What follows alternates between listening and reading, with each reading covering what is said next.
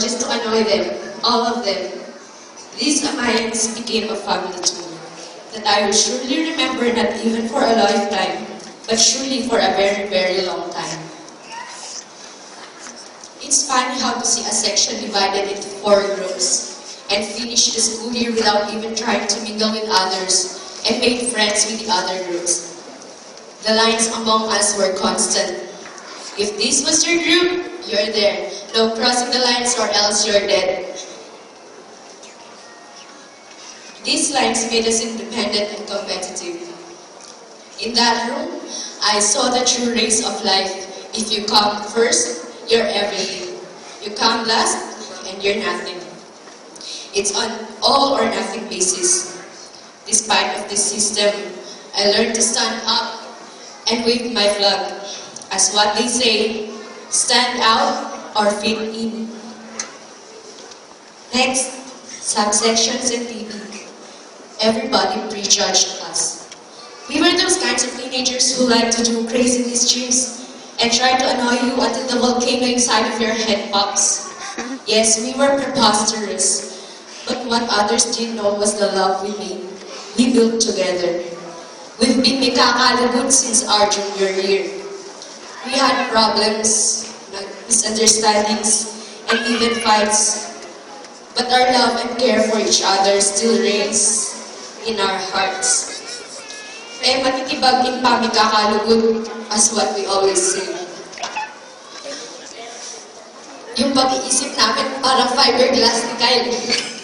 Balbal. They made my high school a great one, which I can reminisce someday. I remember those times when my parents stressed me out with expectations.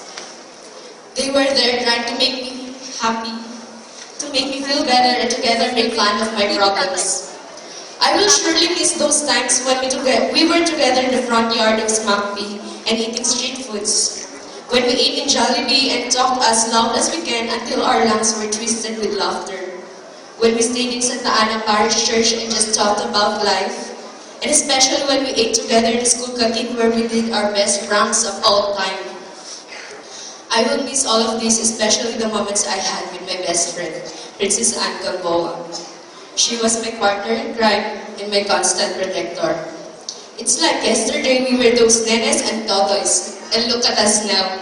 We've grown into better people. I'm so proud of you. If ever my life will flash one day before my eyes, these people are the biggest chapters of it. Secondly, I want to thank the SMACP staff and administration, especially my teachers.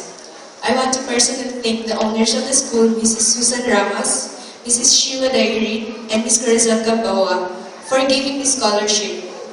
Because of that, I made it. Thank you.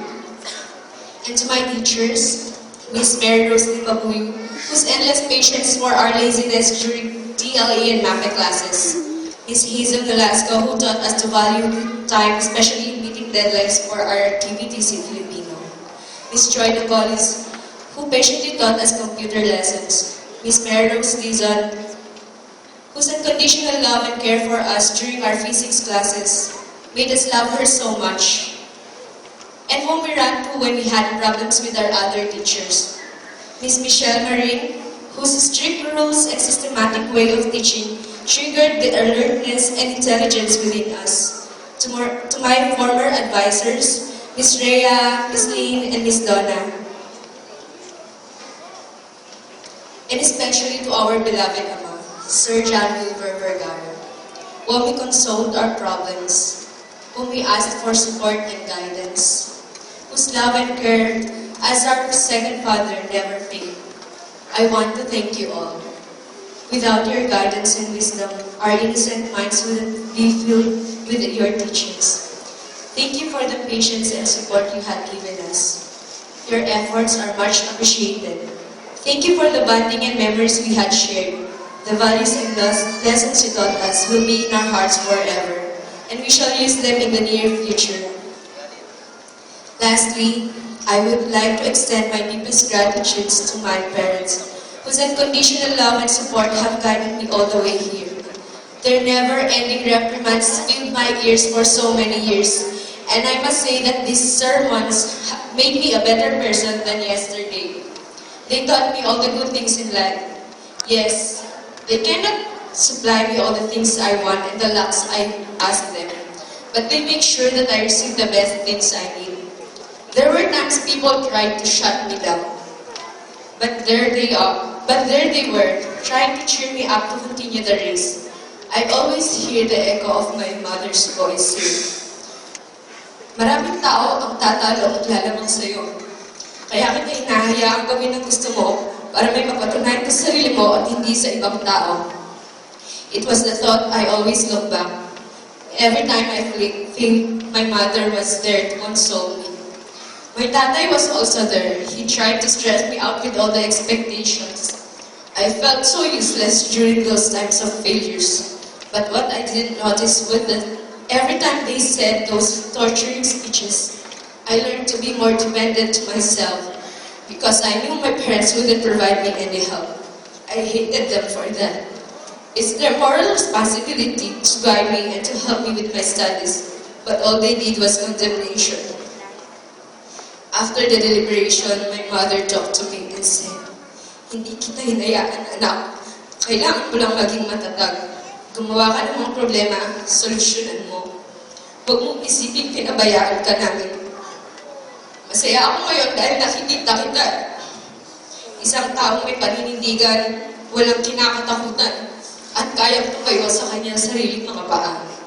My parents were trying to build a great woman inside, and I regret that I've hated them for that. I want to take this opportunity to tell my parents how proud I am right now to have them as my parents. Words cannot express how much I love you. God loves me so much for blessing me such amazing parents like you. Mama, Tatay, whatever I promised to you before, I will accomplish it. There's no backing out now. I will finish whatever I started. I apologize for everything. The lies I told you, the escapes I made, and the answer backs I did. Thank you for all the things you gave me, for letting me know my mistakes on my own, for making me an independent woman, a strong girl and a wise person, for sharing me your lives in order for me to learn from your mistakes, for your continuous help and guidance, for bringing the beauty queen out of me, and for accepting me after all the headaches I gave you. Thank you for being my parents and making me feel loved in so many ways. I love you no matter what happens. I love you from the bottom of the Pacific Ocean. I love you without you, matay ako. Mama, Tatay, and also Akong Tessie, Akong Andina, Rosa, Akong Tony, and to all my relatives who supported me in my studies, either financial or moral support. I want to ask for your forgiveness, extend my gratitude, and tell you that I love you so much. This diploma belongs to all of you. My dearest fellow graduates, there's more to come in our lives. And whatever our path might be, let us grab all the opportunities that will lead us to success. And if ever the prosperous years came, let us not forget the people who put us in those triumphant shoes. These people who supported our backs in order for us not to be shut down by catastrophes must receive due appreciation. Hindi tayo matitinag. SMACP Batch 2013 to 2014. I wish you success and may we see each other again. Congratulations.